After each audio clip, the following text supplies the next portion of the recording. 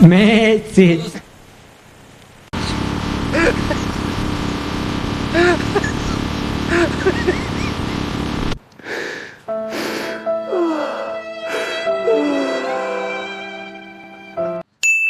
I have an idea.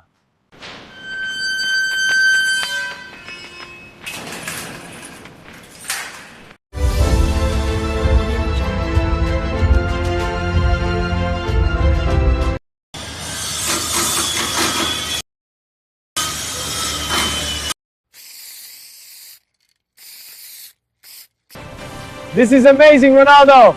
The best Messi. Faster. What are you doing?